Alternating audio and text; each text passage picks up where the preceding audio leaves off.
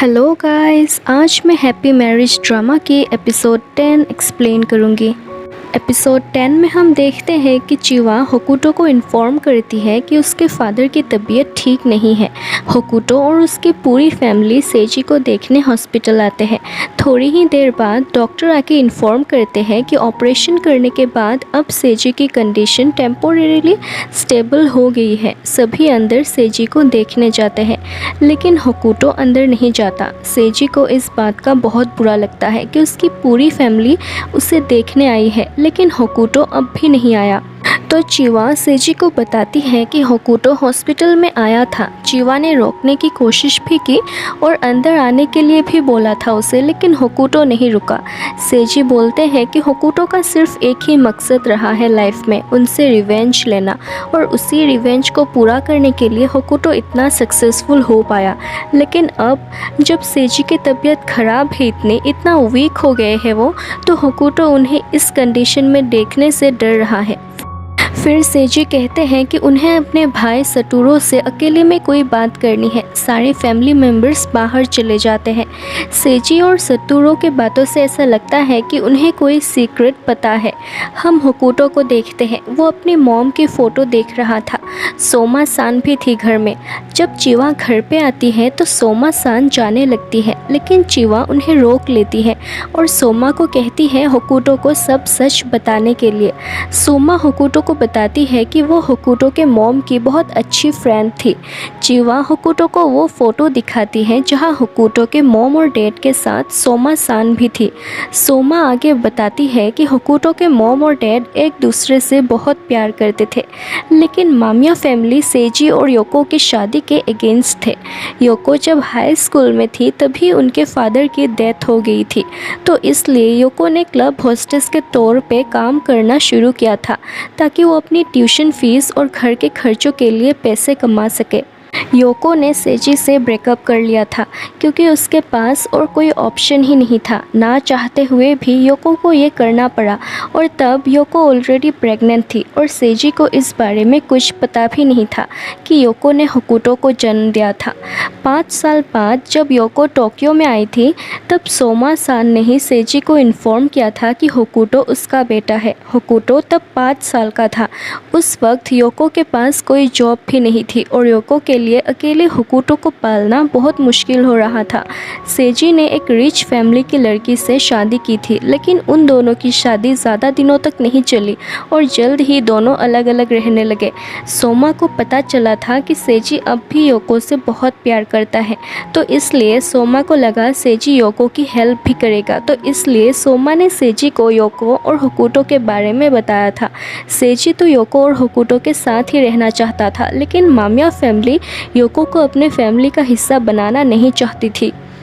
वो लोग सिर्फ होकुटो को चाहते थे, लेकिन योको सेजी और होकुटो दोनों के साथ रहना चाहती थी। सेजी ने बहुत कोशिश की अपने फैमिली को मनाने की। वो होकुटो और योको दोनों को प्रोटेक्ट करना चाहते थे, लेकिन नहीं कर पाए। 7 साल पहले सेजी ने सोमा को इन्फॉर्म किया था कि होकुटो को एक सेक्रेटरी की ज़रूरत है, और तब सोमा ने इस जॉब के लिए अप्लाई किया था, जिससे उसे ये जॉब मिल गई। सोमा भी होकुटो के पास ही रहना चाहती थी, जिससे कि वो हमेशा उसका ख्याल रख सके। चिवा सोमा से पूछती है कि सेजी ने आज तक होकुटो को सच क्यों नहीं बोला। आखिर सेजी ने तो होकुटो के मॉम का मर्डर नहीं किया था ना। सोमा बताती है कि अगर होकुटो को ये पता चलता बचपन से ही कि उसकी मॉम उसे बचाने की कोशिश में खुद की जान गंवा बैठी, तो शायद होकुटो अपनी पूरी ज़िंदगी अपने मॉम की डेथ के लिए खुद को ब्लेम करता। तो इसलिए सेजी ने होकुटो को सच नहीं बताया था और सारा ब्लेम खुद पर ही ले लिया था। शायद होकुटो की मॉम का मर्डर मामिया फैमिली के ही किसी मेंबर ने किया था, लेकिन किसने ये हमें नहीं पता। सच जानने के बाद होकुटो अपने फादर से मिलने जाता है। होकुटो अपने फादर से पूछता है कि उन्होंने आज तक उसे सच क्यों नहीं बताया। सेजी बोलते हैं कि वो कभी अपनी फैमिली के अगेंस्ट नहीं जा पाए। अपनी फैमिली के लिए उन्होंने एक बार योको को छोड़ ही दिया था। सेजी आगे बताते हैं कि होकुटो को और सक्सेसफुल होना पड़ेगा ताकि मामिया फैमिली उससे कोई नुकसान ना पहुंचा सके, और उन्हें विश्वास है कि होकुटो और आगे और सक्सेसफुल ज़रूर हो पाएगा। होकुटो बहुत रो रहा था। वो अपने फादर का हाथ पकड़ता है और थोड़ी ही देर बाद उनकी डेथ हो जाती है। सेजी के फ्यूनरल के बाद सारी फैमिली के सामने ग्रैंडफादर अनाउंस करते हैं कि सेजी ने अपने लास्ट विल बनाई थी। सतूरो अनाउंस करते हैं कि उस विल में क्या लिखा है। वो बताते हैं कि सेजी ने अपनी सारी bank savings, properties, Mamiya commercial और मामिया बैंक के स्टॉक्स, सारी चीज़ें होकुटो के नाम पे कर दिया है। सेजी ने मामिया ग्रुप का प्रेसिडेंट भी होकुटो को ही बनाया है और सतूरो होकुटो को उसके काम में पूरा सपोर्ट करेंगे। होकुटो के कज़िन को इस बात से प्रॉब्लम थी कि अब पूरी मामिया कंपनी होकुटो के नाम पे है, लेकिन ग्रैंडफादर और सतूरो को इस बात से कोई प्रॉब्लम नहीं है। ग्रैंडफादर बोलते हैं कि मामिया टेक्सटाइल की बहुत प्रोग्रेस हुई जब से होकुटो ने काम करना शुरू किया। होकुटो का कज़िन कहता है कि होकुटो ने सिर्फ 3 महीने पहले ही कंपनी में काम करना शुरू किया और उससे पूरी कंपनी हैंडल करने देना बहुत गलत है। दूसरे फैमिली मेंबर्स भी एग्री करते हैं इस बात से। ग्रैंडफादर बोलते हैं कि होकुटो ही सबसे कैपेबल है इस कंपनी को हैंडल करने के लिए, लेकिन ग्रैंडमदर बोलने लगती है कि क्या होकुटो सच में सेजी का बेटा है?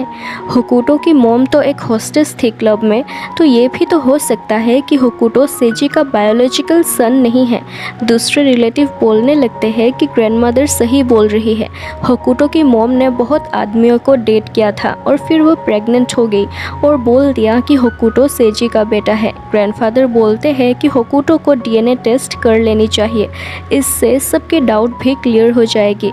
चिवा के डैड होकुटो से मिलने आते हैं। वो बोलते हैं कि वो होकुटो के डैड से मिलना चाहते थे, लेकिन अचानक उनकी डेथ हो गई। चिवा के डैड आगे कहते हैं कि होकुटो उन्हें अपना डैड मान सकते हैं और होकुटो को बोलते हैं कि उसे अब एक बच्चे के लिए प्लान करना चाहिए। उसका घर भी इतना बड़ा है, यहाँ सिर्फ 2 लोगों का रहना बहुत वेस्ट है। चिवा के डैड जाने लगते हैं तो होकुटो कहता है कि वो उनके साथ पचिनको खेलने जाएगा। होकुटो चिवा के डैड के साथ टाइम स्पेंड करके बहुत खुश था। घर वापस आने के बाद होकुटो चिवा को बताता है कि उसके डैड बहुत अच्छे हैं, लेकिन चिवा को बिलीव ही नहीं होता। चिवा कहती है कि उसके डैड बहुत ही सेल्फिश है, हमेशा गैम्बलिंग करते हैं और उनके लाइफ में कोई गोल नहीं है। तो होकुटो कहता है कि एटलीस्ट वो ऑनेस्ट है। होकुटो को अब इस बात का पछतावा हो रहा है कि उसने अपने डैड के साथ कभी अच्छे से बात भी नहीं की। तो चिवा उसे समझाती है कि उसके डैड भी बहुत अच्छे हैं, बस प्रॉब्लम ये थी कि होकुटो और उसके डैड सेजी दोनों ही अपने फीलिंग्स एक्सप्रेस नहीं कर पाते थे। होकुटो अपने मॉम की फ़ोटो देखने लगता है और कहता है कि वो बचपन से ही अपने फादर से नफ़रत करता था और उसके मॉम की डेथ के बाद वो अपने फादर को और ज़्यादा हेट करने लगा था और अपने मॉम की डेथ के लिए उन्हें ही ब्लेम करने लगा था। लेकिन सच तो ये है कि होकुटो सिर्फ प्यार चाहता था अपने डैड से, वो बस अपने फादर का अटेंशन चाहता था। चिवा होकुटो से पूछती है कि वो तो पहले मामिया होल्डिंग्स अपने नाम पे करना चाहता था और इसके बाद पूरे मामिया होल्डिंग्स को डिस्ट्रॉय करना चाहता था, क्या वो अब भी यही चाहता है? होकुटो कहता है कि वो अब मामिया होल्डिंग्स डिस्ट्रॉय करना नहीं चाहता, क्योंकि मामिया ग्रुप एक बहुत ही प्रीशियस फॉर्चून है जो उसके डैड ने उसके नाम पे किया है, तो इसलिए वो अब मामिया ग्रुप को अच्छे से संभालना चाहता है। चिवा भी ये जान के बहुत खुश है। होकुटो आगे कहता है कि डीएनए रिजल्ट्स पता नहीं क्या आएगा और होकुटो चाहता है कि वो सेजी का बायोलॉजिकल सन ही हो। चिवा उससे कहती है कि डीएनए रिजल्ट्स चाहे जो भी हो, सेजी हमेशा होकुटो का फादर ही रहेगा और अब तो होकुटो के पास चिवा भी है, तो उसे टेंशन लेने की कोई ज़रूरत नहीं। चाहे जो भी हो, चिवा कहती है कि वो हमेशा होकुटो के साथ ही रहेगी। होकुटो का कज़िन ग्रैंडमदर को बोल रहा था कि अगर होकुटो सेजी का बायोलॉजिकल सन नहीं निकला तो शायद मामिया होल्डिंग्स उसके नाम ही हो जाएगी। होकुटो का कज़िन आगे कहता है कि वो डॉक्टर्स को पैसे देके फेक डीएनए रिपोर्ट बना सकता है।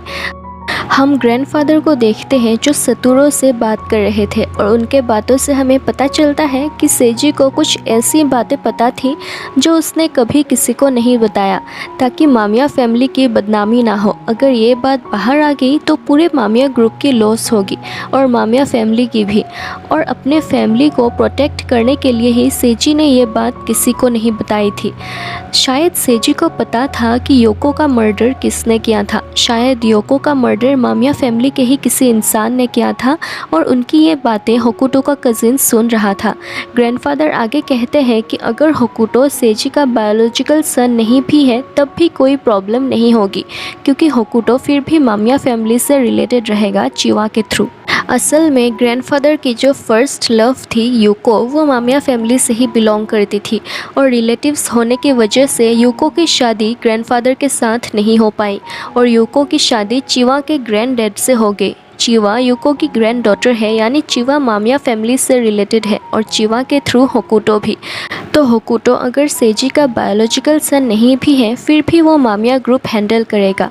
हम होकुटो को देखते हैं, वो बोल रहा था कि जिस दिन वो अपने फादर के क्रिटिकल कंडीशन के बारे में सुनकर हॉस्पिटल जा रहा था तो रास्ते में पीछे से उसे किसी ने धक्का दिया था, जिस वजह से वो ट्रक के सामने आ गया था और उस दिन पार्क में भी तो होकुटो पर हमला होने वाला था, यानी कोई होकुटो की जान लेना चाहता है। सोमा कहती है कि वो इस बारे में अच्छे से पता लगाने की कोशिश करेगी कि कौन ऐसा चाहता है। अगले दिन होकुटो का डीएनए रिजल्ट्स आता है और इससे पता चलता है कि होकुटो सेजी का बायोलॉजिकल सन ही है।